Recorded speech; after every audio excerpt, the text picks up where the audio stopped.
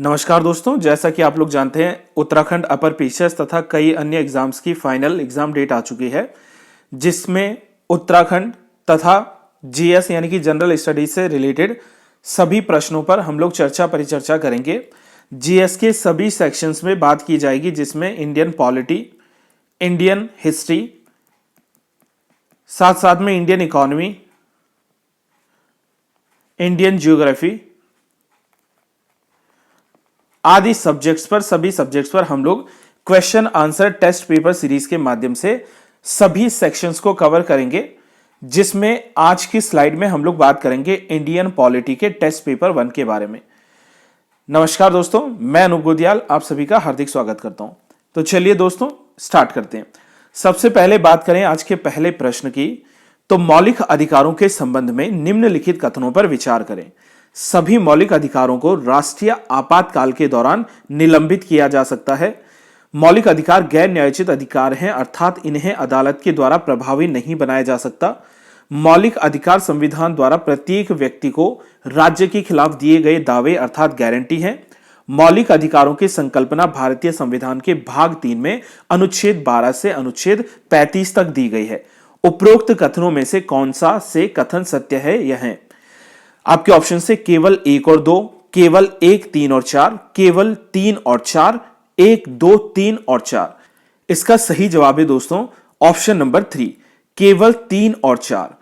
अगर हम लोग ऑप्शंस को जरा ध्यान से देखें तो पहला ऑप्शन कह रहा है कि सभी मौलिक अधिकारों को राष्ट्रीय आपातकाल के दौरान निलंबित किया जा सकता है, अर्थात सस्पेंड किया जा सकता है, जबकि भारतीय संविधान का अनुच्छेद 20 और अनुच्छेद 21 इन्हें किसी भी स्थिति में निलंबित नहीं किया जा सकता है राष्ट्रीय आपातकाल के दौरान या किसी भी अन्य सिचुएशन में। इन दो आर्टिकल्स को किसी भी व्यक्ति से नहीं छीना जा सकता है। ऑप्शन 2 कह रहा है कि यह गैर न्यायोचित है, यानी कि नॉन जस्टिसिएबल नेचर का है, जबकि fundamental rights justiciable in nature होते हैं। और जब directive principles of the state policies की बात करें या फंडामेंटल ड्यूटीज की बात करें तो वो गैर न्यायोचित अधिकार होते हैं, यानी कि अदालत के द्वारा उन्हें प्रभावी नहीं बनाया जा सकता है।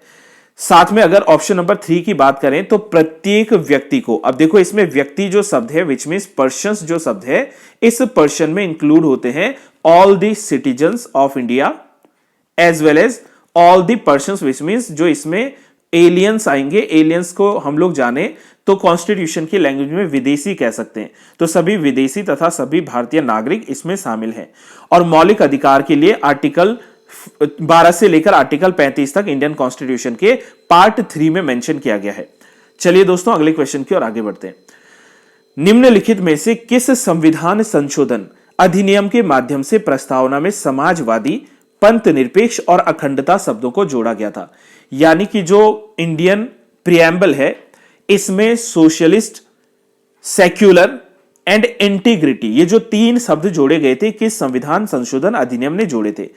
आपके ऑप्शन से 24वां संविधान संशोधन अधिनियम 1971, 42वां संविधान संशोधन अधिनियम 1976, 44वां संविधान संशोधन अधिनियम 1978 और 86वां संविधान संशोधन अधिनियम 2002। तो इसका सही जवाब है दोस्तों ऑप्शन नंबर 2, 42वां संविधान संशोधन अधिनियम 1976 का। 42वें संविधान संशोधन अधिनियम 1976 को मिनी कॉन्स्टिट्यूशन यानी कि लघु संविधान के नाम से भी जाना जाता है, क्योंकि इस संवैधानिक संशोधन के माध्यम से काफी अधिक मात्रा में भारत के संविधान में परिवर्तन किया गया था, इसमें चेंजेस लाए गए थे। दैट इज वाई इसको मिनी कॉन्स्टिट्यूशन के नाम से भी जाना जाता है। चलिए दोस्तों अगले क्वेश्चन की ओर आगे बढ़े। देशीयकरण अथवा प्राकृतिकरण के आधार पर नागरिकता को प्राप्त करने की निम्नांकित में से कौन सी आवश्यक शर्त है? आपके ऑप्शन से दूसरे देश की नागरिकता का त्याग करना, भारतीय संविधान द्वारा मान्यता प्राप्त किसी एक भाषा का पर्याप्त ज्ञान होना, भारत में 7 वर्ष का निवास होना और उपरोक्त सभी। इसका सही जवाब है दोस्तों ऑप्शन नंबर 4, उपरोक्त सभी। अर्थात जब कभी भी सिटीजनशिप की बात की जाती है तो as according to the citizenship act of 1955 के नागरिकता अधिकार के संबंधित या नागरिकता अधिनियम के अंतर्गत जो नागरिकता है उसको किसी व्यक्ति को कैसे दिया जाएगा और उससे नागरिकता कैसे छीनी जाएगी, इसके बारे में प्रावधान करता है। और इसमें देशीयकरण की बात करें तो कोई भी ऐसे देश का नागरिक जिसे भारत या कोई भी ऐसा देश जो भारतीय नागरिकों को देशीयकरण के आधार पर नागरिकता देता हो, उसी देश के नागरिकों को भारत भी देशीयकरण के आधार पर नागरिकता दे सकता है। शर्त इसमें यह है कि दूसरे देश के नागरिक को अपने देश की नागरिकता को रिनाउंस करना पड़ेगा, परित्याग करना पड़ेगा। भारतीय संविधान के द्वारा अनुसूची 8 के तहत दी गई जो 22 भाषाएं हैं, इनमें से किसी भी एक भाषा में पर्याप्त ज्ञान होना चाहिए, एडिक्वेट नॉलेज होना चाहिए। भारत में देखो 7 वर्ष का जो निवास बताया गया है, ये इंडियन ओरिजिन कोई पर्सन है, भारतीय मूल का कोई व्यक्ति जो कि भारतीय नागरिकता को ग्रहण करना चाहता है, तो उसको एप्लीकेशन से या जो भी आवेदन करेगा पंजीकरण के लिए या आवेदन करेगा नागरिकता के लिए, उससे कम से कम 7 साल पहले से इंडिया में निवास करना अनिवार्य हो जाता है। तो अगर इसको 1955 के अधिनियम के आधार पर देखें तो उपरोक्त सभी कथन जो है वो बिल्कुल सत्य हो जाएंगे। क्वेश्चन नंबर 4 की ओर आगे बढ़े। बैकलॉग रिक्तियों के संदर्भ में कैरी फॉरवर्ड नियम का प्रावधान निम्नलिखित में से किस अनुच्छेद में किया गया है? अनुच्छेद 16(2), अनुच्छेद 16(4), अनुच्छेद 16(5) अथवा अनुच्छेद 16(3)। इसका सही जवाब है दोस्तों अनुच्छेद 16(4). एक बात यहां पर साफ साफ दिख सकती है कि जो कैरी फॉरवर्ड या जिसको बैकलॉग सिस्टम कहते हैं, यह भारतीय संविधान के अनुच्छेद 16 में जो है मेंशन्ड है, लेकिन इसमें अगर हम लोग क्लॉसेस की बात करें तो अनुच्छेद 16 क्लॉज 4 में यह लिखा गया है। इसको समझने के लिए पहले हमें अनुच्छेद 16 से संबंधित सभी बातों पर परिचर्चा करनी होगी। जैसे अनुच्छेद 16 जो है यह बात करता है लोक नियोजन में अवसर की समानता के बारे में। लोक नियोजन में अवसर की समानता, अवसर की समानता यानी कि यह बात करता है about the equality of opportunity in public employment. भारतीय संविधान के अनुच्छेद 16 के क्लॉज 1 को देखें तो इसमें लिखा है कि प्रत्येक नागरिक को राज्य सेवाओं के अधीन नियोजन या फिर नियुक्ति में अवसर की समानता होगी। और अनुच्छेद 16(2) बताता है कि किसी भी नागरिक के बीच में धर्म, जाति, लिंग, उद्भव, निवास, जन्म स्थान या इनमें से किसी भी एक आधार पर भेदभाव नहीं किया जा सकता। वहीं हमारे पास जो 16 अनुच्छेद 3 है, इसमें लिखा गया है कि संसद विधि बनाकर या कानून बनाकर लोक नियोजन के मामले में किसी भी राज्य के लिए निवास के आधार पर कुछ कानून बना सकती है। यानी कि अनुच्छेद 16(2) जो है इसी का एक्सेप्शन 16(3) में हमें देखने को मिल जाता है। फिर अनुच्छेद 16(4) की बात करें तो अनुच्छेद 16(4) जो है इस 16(4) में बात की गई है अबाउट दी कि राज्य में नियुक्तियों के मामले में आरक्षण जो है या रिजर्वेशन जो है इसकी व्यवस्था की जा सकती है समाज के पिछड़े वर्ग के लिए। और अनुच्छेद 16(4) को भी अगर हम लोग देखें तो यह भी अनुच्छेद 16(4) का और अनुच्छेद 16(4) खा में डिवाइड है, यानी कि इसको जो है का और खा में बांटा गया है। अनुच्छेद 16 का की बात करें तो इसमें जो है बात की गई है about the reservation in promotion, यानी कि पदोन्नति में आरक्षण की इसमें बात की गई है। और पदोन्नति में आरक्षण की जो बात की गई है भारतीय संविधान में जो 77वां संविधान संशोधन अधिनियम आया था 1995 में, तो इसमें बात की गई थी कि क्या पदोन्नति में या क्या जो है रिजर्वेशन मिलेगा किस पर, पदोन्नति में, यानी कि जहां पर प्रमोशन की बात आएगी। वहीं अनुच्छेद 16(4) ख इस बात को समर्थन देता है कि जो भी पिछड़े वर्ग के लोग हैं उनकी रिक्तियों में बैकलॉग या फिर जो है कैरी फॉरवर्ड फॉर्मूले की व्यवस्था को लागू किया जाए। और इस व्यवस्था को जोड़ा गया था 81वें संविधान संशोधन अधिनियम 2000 के द्वारा।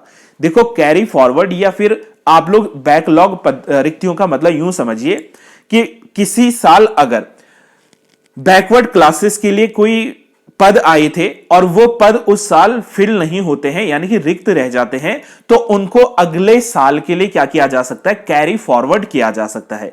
अगले साल इन पदों पर सिर्फ और सिर्फ जो पिछड़ा वर्ग होगा उसी के लोग इसमें क्या ले सकते हैं, इसमें नियुक्ति ले सकते हैं। इस फॉर्मूला को बैकलॉग या इसी को कैरी फॉरवर्ड फॉर्मूला कहते हैं। अगेन कह दूं जो कि भारतीय संविधान के अनुच्छेद 16(4) जो है खा में बात की गई है। वहीं 16.5 में जहां हम लोग बात करते हैं तो उसमें कहा गया है कि किसी समुदाय विशेष के संबंध में यदि नियुक्तियों की बात की जाए तो वहां पर जो है डिस्क्रिमिनेशन हो सकता है, पॉजिटिव डिस्क्रिमिनेशन हो सकता है, यानी कि उसी वर्ग से, यानी कि जो भी समुदाय है, रिलीजियस जो भी डिनोमिनेशन है, उसके व्यक्ति को प्रायोरिटी दी जा सकती है एम्प्लॉयमेंट को लेकर। यह हमारे पास पूरा अनुच्छेद 16 जो है यह संदर्भित है। अगले प्रश्न की बात करें दोस्तों, भारत के संविधान का निम्नलिखित में से कौन सा अनुच्छेद यह निर्धारित करता है कि राज्य कोष से संपोषित तालाबों तथा स्नान घाटों का प्रयोग करने में किसी भी नागरिक को वंचित नहीं किया जा सकता है? इसका सही जवाब है दोस्तों ऑप्शन नंबर बी, यानी कि 15। अनुच्छेद 15 जो है इसमें बात की गई है about the prohibition of discrimination on certain ground, यानी कि जो हमारे पास भेदभाव है, इस भेदभाव का निषेध किया जाएगा, इस पर प्रतिबंध या इसको जो है रोका जाएगा अनुच्छेद 15 के तहत। नेक्स्ट आगे अगले प्रश्न की ओर बढ़े। भारतीय संविधान के अनुसार निम्न अधिकारों में से कौन सा एक आपातकाल में निलंबित या कम नहीं किया जा सकता है? भाषण का अधिकार, देश में आवागमन की स्वतंत्रता का अधिकार, जीवन का अधिकार या फिर संगठित होने का अधिकार। आपसे यह प्रश्न पूछा जा रहा है कि निम्नलिखित में वो कौन सा ऐसा राइट है जिसको इमरजेंसी के दौरान में छीना नहीं जा सकता है। आप लोग सभी अधिकारों को ध्यान से देखिए। भाषण का अधिकार यानी कि राइट टू स्पीच की बात की जाती है अंडर आर्टिकल 19(1)(a) में। तो ये हमारे पास क्या है, ये फंडामेंटल राइट है और अनुच्छेद 19 को जो है निलंबित किया जा सकता है ड्यूरिंग द नेशनल इमरजेंसी। फिर कह रहा है देश में आवागमन की स्वतंत्रता का अधिकार, यह भी भारतीय संविधान के अनुच्छेद 19(1) जो है इसमें मेंशन है। फिर कह रहा है संगठित होने का अधिकार, यानी कि राइट टू असेंबल होने का अधिकार भी अनुच्छेद 19 में मेंशन एक अधिकार है। जबकि ऑप्शन नंबर 3 को देखें, जीवन के अधिकार को, राइट टू लाइफ, तो राइट टू लाइफ जो है ये भारतीय संविधान के अनुच्छेद 21 में लिखा गया है, विच मींस इस प्रश्न का जो सही जवाब होगा वो होगा ऑप्शन नंबर 3, जीवन का अधिकार जो है इसको किसी भी परिस्थिति में ड्यूरिंग इमरजेंसी छीना नहीं जा सकता है किसी भी व्यक्ति से। तो ये आप लोग याद रखेंगे कि अनुच्छेद 20 और अनुच्छेद 21 को नहीं छीना जा सकता है। अगर यहां पर अनुच्छेद 20 भी लिखा होता तो इसे भी आपसे नहीं छीना जा सकता था। अगले प्रश्न की ओर आगे बढ़े दोस्तों, निम्न मूल अधिकारों में से कौन सा एक केवल भारतीय नागरिकों को तो उपलब्ध है पर भारत में रहने वाले विदेशी या विदेशियों को नहीं है? ठीक है, तो जो भारतीय विदेशी अगर कोई भारत में रहता है तो उसको कौन सा अधिकार मौजूद नहीं होगा, उसके ऊपर बात करते हैं। आपके ऑप्शन से विधि के समक्ष समानता, वाक स्वातंत्र्य और अभिव्यक्ति स्वातंत्र्य, जीवन और व्यक्तिगत स्वतंत्रता का अधिकार या फिर धार्मिक स्वतंत्रता का अधिकार। इनको हम लोग जो है आर्टिकल वाइज देखते हैं। देखो सबसे पहला कह रहा है विधि के समक्ष समता का अधिकार, यानी कि विधि के समक्ष समता का मतलब है that is the equality before law. Equality before law की जब हम लोग बात करते हैं तो ये सारे पर्सन्स को अधिकार प्राप्त है, यानी कि भारतीय संविधान का अनुच्छेद 14 जो है आर्टिकल 14 उसमें इक्वालिटी बिफोर लॉ जो है ये सभी नागरिकों तथा सभी विदेशी पर्सन्स पर लागू होता है। फिर कह रहा है वाक स्वतंत्रता एवं अभिव्यक्ति स्वतंत्रता, यानी कि right to speech and expression. Indian constitution का आर्टिकल 19 जो है आर्टिकल 19(1) में या 1 में इस बात की पुष्टि की गई है। और आप लोग जानते हैं कि अनुच्छेद 19 जो है यह अधिकार सिर्फ और सिर्फ भारतीय नागरिकों को, इंडियन सिटीजन्स को प्रदान है, न बल्कि किसी विदेशी को, विच मींस कि इसका जो सही जवाब होगा वो होगा ऑप्शन नंबर 2, वाक की स्वतंत्रता और अभिव्यक्ति की स्वतंत्रता। वहीं ऑप्शन 3 पर अगर हम लोग बात करें तो ऑप्शन 3 में जीवन और व्यक्तिगत स्वतंत्रता का अधिकार मिला है, यानी कि right to life and personal liberty की बात की गई है जो सभी पर्सन्स पर लागू होता है। फिर धार्मिक स्वतंत्रता की बात अनुच्छेद 25 में जो की गई है राइट टू रिलीजियस फ्रीडम, इसमें भी सभी नागरिकों और सभी जो है विदेशी व्यक्तियों को भी अधिकार प्रदान किए गए हैं। अगले प्रश्न की ओर आगे बढ़े दोस्तों, निम्नलिखित में से भारतीय संविधान के किस अनुच्छेद में प्रेस की स्वतंत्रता यानी कि राइट टू प्रेस या फ्रीडम ऑफ प्रेस का अधिकार निहित है? अनुच्छेद 19(1), अनुच्छेद 21, अनुच्छेद 14 या अनुच्छेद 18? अनुच्छेद 19(1) जो है दोस्तों, इस अनुच्छेद 19(1) में right to freedom of press की बात की गई है। अनुच्छेद 19(1) में जो ए है, इसमें बात की गई है about the right to speech and expression, यानी कि आप क्या कर सकते हैं, वाद एवं अभिव्यक्ति की स्वतंत्रता रखते हैं। और प्रेस जो है, ये प्रेस में अभिव्यक्ति जाहिर की जाती है, चाहे वो लिखित के माध्यम से कहें हम लोग, चाहे वो रेडियो के माध्यम से कहें, प्रेस की स्वतंत्रता उसमें आएगी। यानी कि हमारे पास वाक और अभिव्यक्ति के अधिकार में ही प्रेस की स्वतंत्रता का अधिकार निहित है। अनुच्छेद 21 में अगेन कई बार बता चुका हूं, right to life and personal liberty को लेकर है। अनुच्छेद 14 में जो है कानून के समान समता और कानून के समान संरक्षण की बात की गई है। वहीं अनुच्छेद 18 में अबॉलिशन ऑफ टाइटल्स यानी कि उपाधियों के अंत के बारे में बात की गई है। अगले प्रश्न की ओर आगे बढ़ते हैं दोस्तों। निम्नलिखित कथनों में से कौन सा कथन असत्य है? आपको बताना है कि which one of the following option is incorrect. ठीक है, गलत बताना है आपको। भारतीय संविधान के अनुच्छेद 28 के अंतर्गत राज्य निधि से पूर्णता पोषित किसी शिक्षण संस्थान में कोई भी धार्मिक शिक्षा नहीं दी जाएगी। बिल्कुल सही जवाब है दोस्तों। अनुच्छेद 29 के अंतर्गत भारत के प्रत्येक नागरिक को अपनी विशिष्ट भाषा, लिपि और संस्कृति को सुरक्षित बनाए रखने का अधिकार है। यह भी बिल्कुल सही अधिकार है। ये जो दोनों अधिकार हैं, ये माइनॉरिटीज या अल्पसंख्यकों के हितों के संरक्षण के अधिकार दिए गए हैं।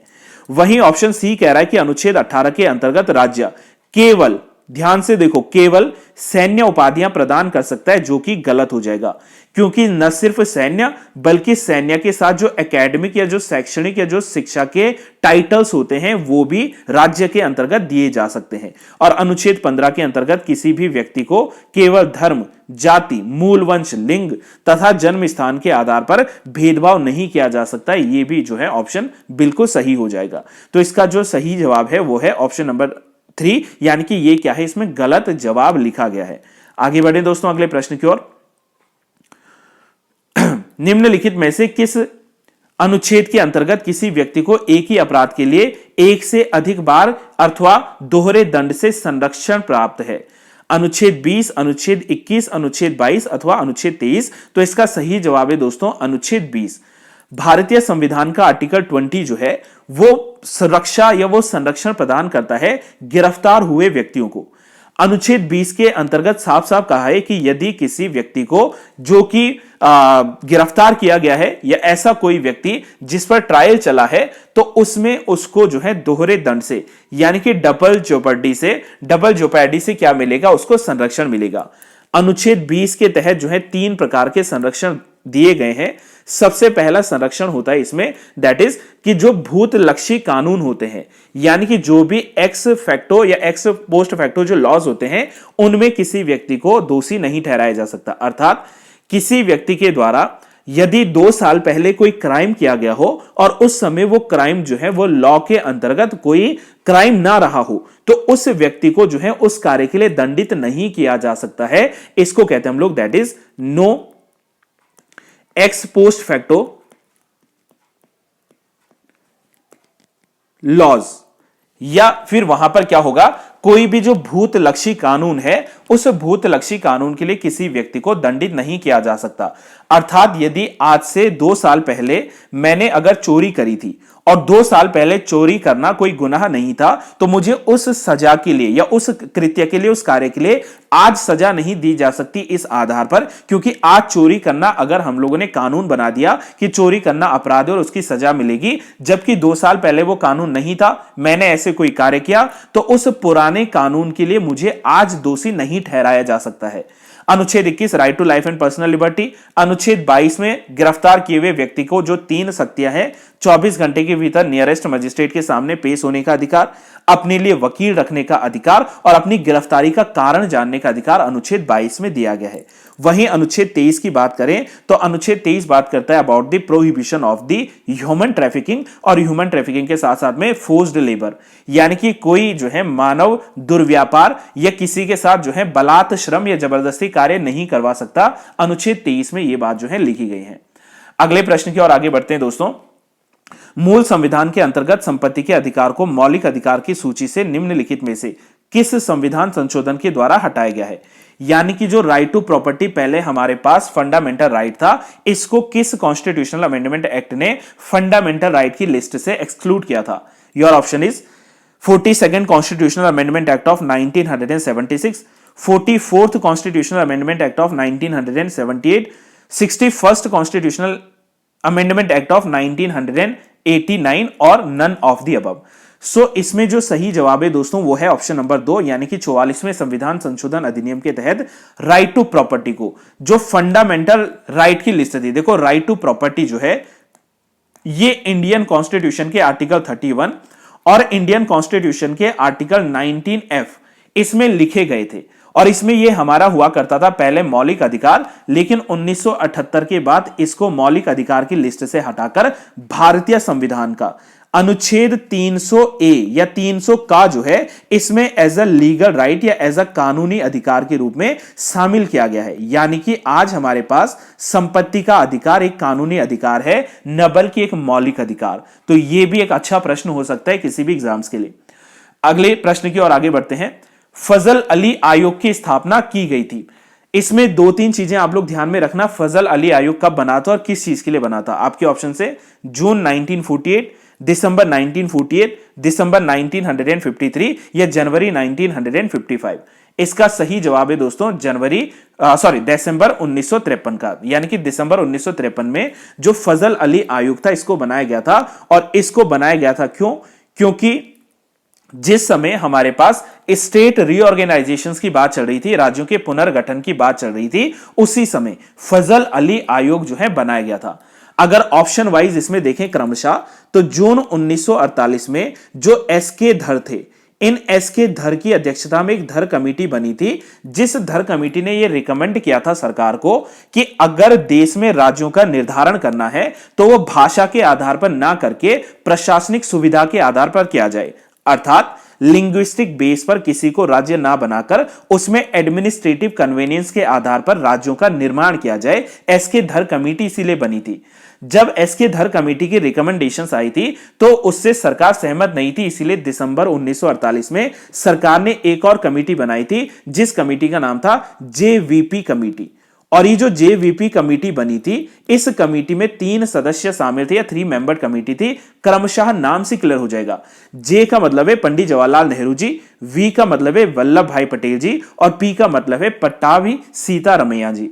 तो इन तीनों की अध्यक्षता में जो कमेटी बनी उसने भी वही रिकमेंडेशन दी कि राज्यों का निर्धारण यदि किया जाए तो उनको भाषा के आधार पर ना करके प्रशासनिक सुविधा यानी कि एडमिनिस्ट्रेटिव कन्वीनियंस के आधार पर किया जाए। शुरू की दोनों कमिटीज ने यही जो है निर्णय दिया था। लेकिन इसी बीच आप लोगों को अगर यह बात का पता है कि जो आंध्र प्रदेश था, इस आंध्र प्रदेश में लगातार ये मांग उठ रही थी कि इनको मद्रास से अलग किया जाए, क्योंकि ये जो तेलुगु बोलने वाले जो लोग थे, इन तेलुगु स्पीकर्स को या तेलुगु स्पोकन जो पर्सन थे, इनके लिए एक अलग से आंध्र प्रदेश राज्य बने, इसकी मांग उठ रही थी लंबे समय थे। और यही कारण था कि अक्टूबर 1953 में एक महान जो लीडर थे जिनका नाम था पोटी श्रीरामालू, उनका जो है 56 दिनों के हंगर स्ट्राइक के बाद डेथ हो गया था। क्योंकि वो डिमांड कर रहे थे पृथक राज्य की भाषा को लेकर। और यही कारण था कि अक्टूबर 1953 में देश का पहला लिंग्विस्टिक स्टेट आंध्र प्रदेश राज्य बना था। और इसी के परिप्रेक्ष्य में जो हमें सिफारिशें दी थी वो फजल अली आयोग बना। फजल अली आयोग ने जब अपनी रिपोर्ट दी थी 1955 में, तो इस रिपोर्ट में इन्होंने कहा था कि भाषा के आधार पर राज्यों का निर्माण किया जा सकता है, जबकि एसके धर और जो जेवीपी कमेटी थी उसने इस बात को नकारा था कि भाषा के आधार पर नहीं बल्कि प्रशासनिक सुविधा। लेकिन यहां पर फजल अली कह रहे हैं कि भाषा के आधार पर राज्य तो बनेगा, लेकिन 1 लैंग्वेज 1 स्टेट का जो कॉन्सेप्ट है यानी कि एक भाषा एक राज्य, उसको जो है अप्रूव नहीं किया जाएगा। यानी कि किसी भी एक स्टेट में एक से अधिक भाषाई समुदाय रह सकता है, हालांकि जो मेजॉरिटी वहां पर होगी लैंग्वेज की या भाषा की, उसके आधार पर राज्यों का निर्धारण किया जा सकता है। अगले प्रश्न की ओर बात करते हैं दोस्तों। भारतीय संविधान में मूल अधिकारों की संकल्पना किस देश के संविधान से ली गई थी? यानी कि फंडामेंटल राइट्स जो है ये हमने किस देश के कॉन्स्टिट्यूशन से डिराइव किए हैं या कहां से अडॉप्ट किए हैं? Your option is Australia, Ireland, USA या फिर जो है ब्रिटेन। इसका सही जवाब है दोस्तों यूएसए यानी कि संयुक्त राज्य अमेरिका से मूल अधिकारों की संकल्पना ली गई है। काफी ज्यादा चर्चित विषय है, काफी अधिक मात्रा में ये जो है हमसे प्रश्न पूछ लेता है, 1 लाइनर सवाल है, तो इसका सिंपल जवाब है यूएसए से। अंतिम प्रश्न की ओर आगे बढ़े दोस्तों आज के, तो भारत के संविधान के अनुच्छेद 3 के अनुसार संसद विधि द्वारा आपके ऑप्शन है किसी भी देश पर आक्रमण करने की घोषणा कर सकती है, किसी भी राज्य की सीमा में परिवर्तन कर सकती है, किसी भी राज्य के क्षेत्रफल को बढ़ा सकती है, या किसी भी राज्य के अंतर्गत स्वायत्त परिषद यानी कि ऑटोनोमस काउंसिल की स्थापना कर सकती है। आपको इसमें से बताना है कि नीचे दिए गए कोड का प्रयोग करके सही उत्तर आपको चुनना है। केवल एक, दो और तीन, सॉरी 1, 2 और 4, केवल 2, 3 और 4, केवल 1, 2, 3 और 4, इसमें से सही जवाब क्या है? पहले मैं आपको इसका सही जवाब बता दूं दोस्तों, इसका सही जवाब है ऑप्शन नंबर 3 यानी कि केवल 2, 3 और 4। कैसे इसको जानेंगे हम लोग, जरा ध्यान से सुनिए। अगर आपको इसके बारे में सारी जानकारी भी नहीं है तो एलिमिनेशन मेथड से भी सॉल्व किया जा सकता है। ध्यान से देखिए, देखो सबसे पहला कह रहा है कि किसी भी देश पर आक्रमण करने की घोषणा अनुच्छेद 3 के तहत की जा सकती है, जो कि बिल्कुल गलत लाइन है। तो अब हमें एलिमिनेशन मेथड में सिर्फ इतना देखना है कि जिन जिन ऑप्शन में ऑप्शन नंबर 1 लिखा हुआ है वो सारे गलत हो जाएंगे। ये गलत हो जाएगा, ये गलत हो जाएगा, ये गलत हो जाएगा। अगर आपको बाकी के 3 पे भी जो है पूर्ण रूप से आंसर्स नहीं पता तो भी एलिमिनेशन मेथड से क्वेश्चन का आंसर आप लोग जो है निकाल सकते हैं। हालांकि क्वेश्चन नंबर 3 अगर हम लोग पढ़ें तो क्वेश्चन नंबर 3 में कहा गया है कि संसद के पास यह पावर है कि वो किसी भी प्री एग्जिस्टिंग स्टेट में परिवर्तन कर सकती है, कोई चेंज कर सकती है, कोई अमेंडमेंट ला सकती है। और इसके लिए आपको सिंपल सा एक फॉर्मूला याद करना है, फिदा का, FIDAA, यानी कि the formation of a new state from a existing state. किसी पुराने राज्य से नए राज्य का निर्माण करना। जैसे उदाहरण दूं मैं, जैसे उत्तर प्रदेश से अपना उत्तराखंड जो था ये अलग हुआ था 2000 में, वर्ष 2000 में 9 नवंबर को अलग हुआ था। यानी कि ये क्या है, फॉर्मेशन ऑफ न्यू स्टेट है, लेकिन किसी प्री एग्जिस्टिंग स्टेट से। यूपी से नया राज्य बना। अगर लेटेस्ट की बात करें तो उसमें आंध्र प्रदेश जो था, इस आंध्र प्रदेश से तेलंगाना बना था। तो फॉर्मेशन ऑफ अ स्टेट की जब बात करते हैं हम लोग, तो फॉर्मेशन ऑफ अ स्टेट अनुच्छेद 3 के तहत किया जा सकता है। फिर आता है इसमें increase the boundaries of a state, किसी भी राज्य की बाउंड्री को इंक्रीज करना, डिक्रीज करना, उसको कम करना।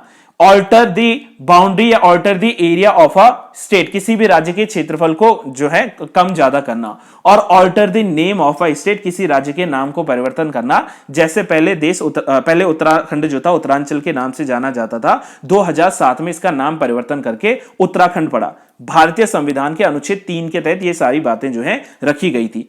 साथ में यह भी याद रखना कि अनुच्छेद 3 के तहत अगर कोई भी चेंजेस किए जा रहे हैं तो यह संविधान संशोधन नहीं होता है।